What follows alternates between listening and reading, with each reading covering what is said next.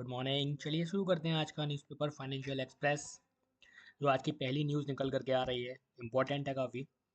सेबी के बारे में है। सेबी के बारे में अपन काफ़ी बार डिस्कस कर चुके हैं। सेबी का जो हेडक्वार्टर है वो मुंबई में है, मुंबई महाराष्ट्र में है। सेबी का जो एस्टेब्लिशमेंट हुआ था वो 1992 में हुआ था, 1992 में हुआ था। दो न्यूज़ काफ़ी ज़्यादा इंपॉर्टेंट हैं इसमें। जो न्यूज़ निकल करके आई है वो आज ये है कि सेबी ने जो है नई गाइडलाइंस लागू करी हैं म्यूचुअल फंड स्टाफ के लिए और म्यूचुअल फंड ओन करने के लिए। उन्होंने जो है 4 तरीके क्राइटेरिया रखे हैं सेबी ने। जो security and exchange board of India है उसने 4 तरीके के स्लैब्स रखे हैं, जो कि एम्प्लॉयज़ की सैलरी के ऊपर डिपेंड करेगा, एम्प्लॉयज़ की सीटीसी के ऊपर डिपेंड करेगा। अगर किसी की इनकम 25 लाख से कम है तो उसको कोई इन्वेस्टमेंट करने की ज़रूरत नहीं है। अगर किसी की इनकम 25 लाख से कम है तो उसको कोई इन्वेस्टमेंट करने की ज़रूरत नहीं है।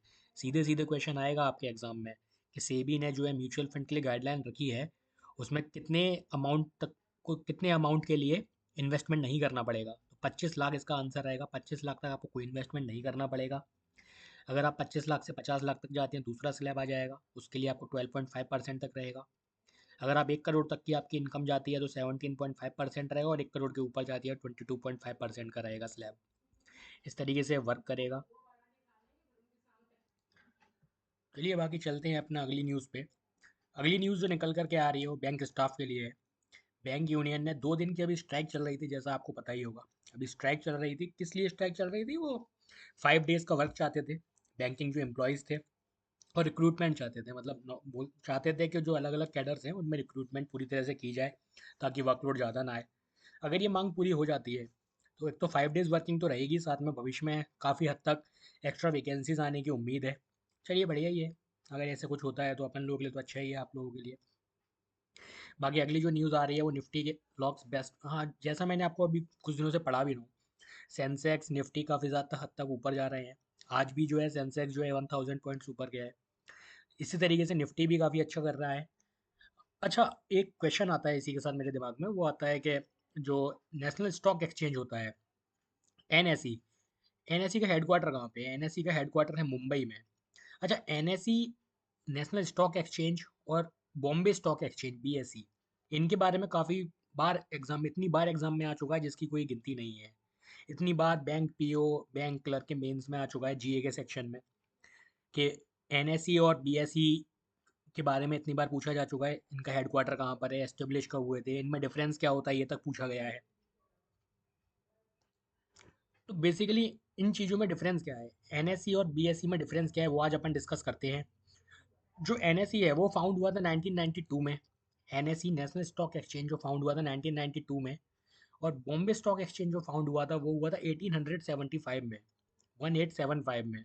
बीएससी और एनएससी हुआ था 1992 में, जब सेबी भी हुआ था एस्टेब्लिश 1992 में ही। ठीक, और इन दोनों का हेडक्वार्टर कहाँ है? इन दोनों दोनों के ही हेडक्वार्टर मुंबई में है। बॉम्बे का तो नाम से ही आ रहा है, बॉम्बे तो मुंबई में है। साथ में इनमें डिफरेंस क्या है? एनएसई का जो ट्रेडिंग मेथड है वो इलेक्ट्रॉनिक है, आप फ़ोन से कर सकते हैं। लेकिन बीएसई का जो है ट्रेडिंग मेथड वो आपको जाना पड़ेगा वहाँ पे स्टॉक एक्सचेंज में। फ्लोर टू फ्लोर होता है उनकी ट्रेडिंग। साथ ही मैं इसका जो पीडीएफ है वो ग्रुप में, टेलीग्राम ग्रुप में शेयर कर दूंगा, वहाँ से आप अच्छे से देख पाएंगे। टेलीग्राम ग्रुप की लिंक जो है इस वीडियो के डिस्क्रिप्शन में मैंने डाली हुई है। आप वहाँ से टेलीग्राम ग्रुप ज्वाइन कर सकते हैं और उसमें सारी इन्फॉर्मेशन मैं शेयर कर दूंगा। एनएसई, बीएसई, इन सब का जो पीडीएफ बना करके डाल दूंगा, या इन्फॉर्मेशन वहाँ पे डाल दूंगा। न्यूज़पेपर भी मैं उसी में टेलीग्राम ग्रुप में ही डाल देता हूँ। जो पीडीएफ है न्यूज़पेपर की, तो आप वहाँ से भी देख सकते हैं। साथ ही न्यूज़पेपर का लिंक भी वहाँ पे मिल जाता है। साथ ही अब अपन आगे बढ़ते हैं कि बीएससी और एनएससी में डिफरेंस अपन पता कर रहे थे। एनएससी जो है बिगेस्ट स्टॉक एक्सचेंज है मार्केट में। एनएससी जो है बिगेस्ट स्टॉक एक्सचेंज है। साथ ही ये जो है बीएससी में जो है ज़्यादा ज़्यादा कंपनीज लिस्टेड हैं। एनएससी में उतनी कंपनीज लिस्टेड नहीं है, बीएससी में ज़्यादा कंपनीज लिस्टेड हैं। साथ ही लिक्विडिटी प्रोवाइड करता है क्या? एनएससी, एनएसई में जो सिक्योरिटीज़ हैं वो लिक्विडिटी प्रोवाइड करती हैं। ये इसका मेन डिफरेंस है इन दोनों चीज़ों में। तो एग्जाम के प्रोस्पेक्टिव से इंपॉर्टेंट क्या है? एग्जाम के प्रोस्पेक्टिव से दो तीन चीज़ें इंपॉर्टेंट है। हेडक्वार्टर कहाँ पर है? बॉम्बे में है, मुंबई में है, दोनों ही का। इनका एस्टेब्लिशमेंट कब हुआ था? तो बीएससी का हुआ था 1875 में और एनएसई का हुआ था 1992 में। साथ ही एनएसई बिगेस्ट स्टॉक मार्केट है, और लेकिन बीएसई में ज़्यादा कंपनीज लिस्टेड है। ये इसका मेन डिफरेंसेस हैं। आई होप आप लोगों को समझ में आया होगा। बाकी इन्फॉर्मेशन मैं टेलीग्राम ग्रुप में डाल दूंगा, जिसकी लिंक इस वीडियो के डिस्क्रिप्शन में डली हुई है। टेलीग्राम ग्रुप की आप ज्वाइन कर सकते हैं वहाँ से। बाकी आगे चलते हैं अपन, कोई अपने लिए काम की न्यूज़ मीन्स के हिसाब से, जीए सेक्शन के लिए। फॉरेक्स, फॉरेक्स का जो रिजर्व है वो हाई हो रहा है, 300 मिलियन ऊपर गया है अभी। इसी के साथ 654 बिलियन हो गया है फॉरेक्स। फॉरेक्स होता है फॉरेन एक्सचेंज, जो इंडियन रुपी डॉलर में बदलाव होता है या वो डॉलर का इंडियन रुपीज़ में बदलाव होता है, इनको फॉरेन एक्सचेंज कहते हैं। अगर आगे बढ़ें तो आगे बढ़ें तो कोई ऐसी न्यूज़, हाँ ये काफ़ी हद तक इम्पोर्टेंट न्यूज़ है एग्ज़ाम के प्रोस्पेक्टिव से। एग्ज़ाम में डायरेक्ट क्वेश्चन आ सकता है इससे। क्यूएसआर, क्यूएसआर क्या होता है? Quick service restaurant. जो रेस्टोरेंट्स होते हैं जो क्विक सर्विस देते हैं, लाइक आप रेस्टोरेंट में गए, आपने पिज़्ज़ा ऑर्डर किया, बर्गर ऑर्डर किए, ये सब तो क्विक, इनको बोलते हैं क्विक सर्विस रेस्टोरेंट्स, जो फास्ट फूड के रेस्टोरेंट्स होते हैं। तो ये सुनने में आया है कि फिजिकल ईयर 2026 तक इस रेस्टोरेंट, मतलब आई मीन क्यूएसआर जो कंपनीज़ हैं, जो रेस्टोरेंट्स की कंपनीज़ हैं, लाइक स्विगी हुई, जोमेटो हुई, इनमें काफ़ी हद तक इंक्रीज़ होने वाला है सेल्स में। तो एग्ज़ाम के प्रोस्पेक्टिव से इंपॉर्टेंट क्या बनता है, वो ये बनता है कि फिजिकल ईयर 2026 के लिए कौन सी कंपनीज़ में जो है सेल्स उनकी इंक्रीज़ होने वाली है, सेल्स ग्रोथ होने वाली है। तो क्योंकि ये न्यूज़पेपर में आ रहा है, काफ़ी हद तक इंपॉर्टेंट है, सीधे सीधे इसका आंसर आएगा क्विक सर्विस रेस्टोरेंट। आगे चलते हैं अपन, ऐसी कोई न्यूज़ अगर अपन मिलती है तो। न्यूज़पेपर का भी अच्छा आया है आज का वैसे। ये देखिए यहाँ से एक बहुत इंपॉर्टेंट न्यूज़ आती है, वो है एनएसई के बारे में। एनएसई जो है वेबसाइट पे म्यूनसिपल बॉन्ड्स जो है लॉन्च कर रहा है। यहाँ से डायरेक्ट सवाल क्या बनेगा?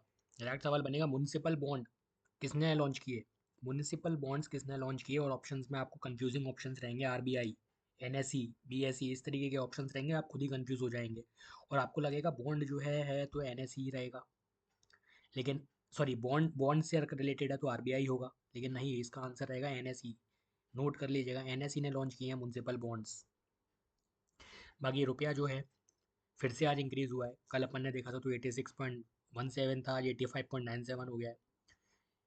इंक्रीज़ हो रहा है लगातार। 88 पे था 3 दिन पहले, 4 दिन पहले तो। 88 से अब 86 पे आ गया है, लगभग 85.97। इम्प्रूव हो रहा है काफ़ी हद तक, अच्छी बात है ये। अगली जो न्यूज़ आ रही है आईसीआईसी के बारे में आ रही है। आईसीआईसीआई बैंक ने 450 मिलियन डॉलर का इन्फ्लो किया है। इतनी इंपॉर्टेंट नहीं है लेकिन फिर भी पता होना चाहिए इतना। आगे अगर अपन चलें, कोई न्यूज़ अगर अपन को मिलती है, इंटरनेशनल है, इंटरनेशनल इतना इंपॉर्टेंट नहीं होता है एग्जाम प्रोस्पेक्टिव से। इलॉन मस्क जी हैं ये, इन्हीं का अभी स्पेस एक्स का जो इनकी कंपनी है, इन्हीं की कंपनी से वो ड्रैगन कैप्सूल में बैठ करके जो है सुनीता विलियम्स जी और बिलमोर जी यहाँ अभी पैसिफिक ओशन में लैंड किए थे। 9 मंथ्स तक उन्होंने बिताए थे, 9 मंथ्स स्पेस में। आगे चलते हैं, सेबी के बारे में फिर से आया हुआ है। सेबी बहुत इंपॉर्टेंट है इस बार यार, बिल्कुल मत छोड़ के जाना सेबी। रोज पेपर में आ रहा है सेबी से related. Security and exchange board of India headquarter है जो है मुंबई में है और 1992 में एस्टेब्लिश हुआ था।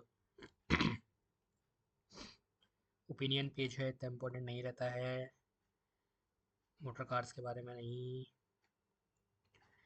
जज हैं, इनके ऊपर आरोप लगा है, इन पे अपार धन पाया गया है इनके घर पे।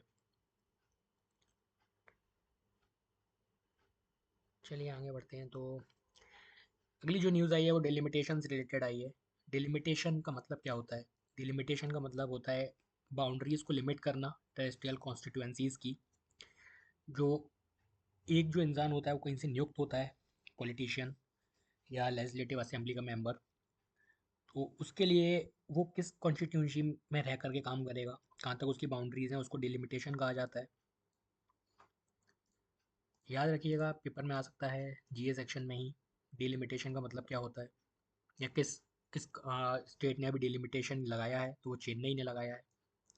चेन्नई तमिलनाडु की कैपिटल है। और ये जो है पिनरई विजयन है, इनकी फ़ोटो लगी हुई है। पिनरई विजयन जो है केरला के सीएम है। आगे अगर अपन बढ़ें, कोई न्यूज़ अगर अपन को मिलती है तो एड्स, एड्स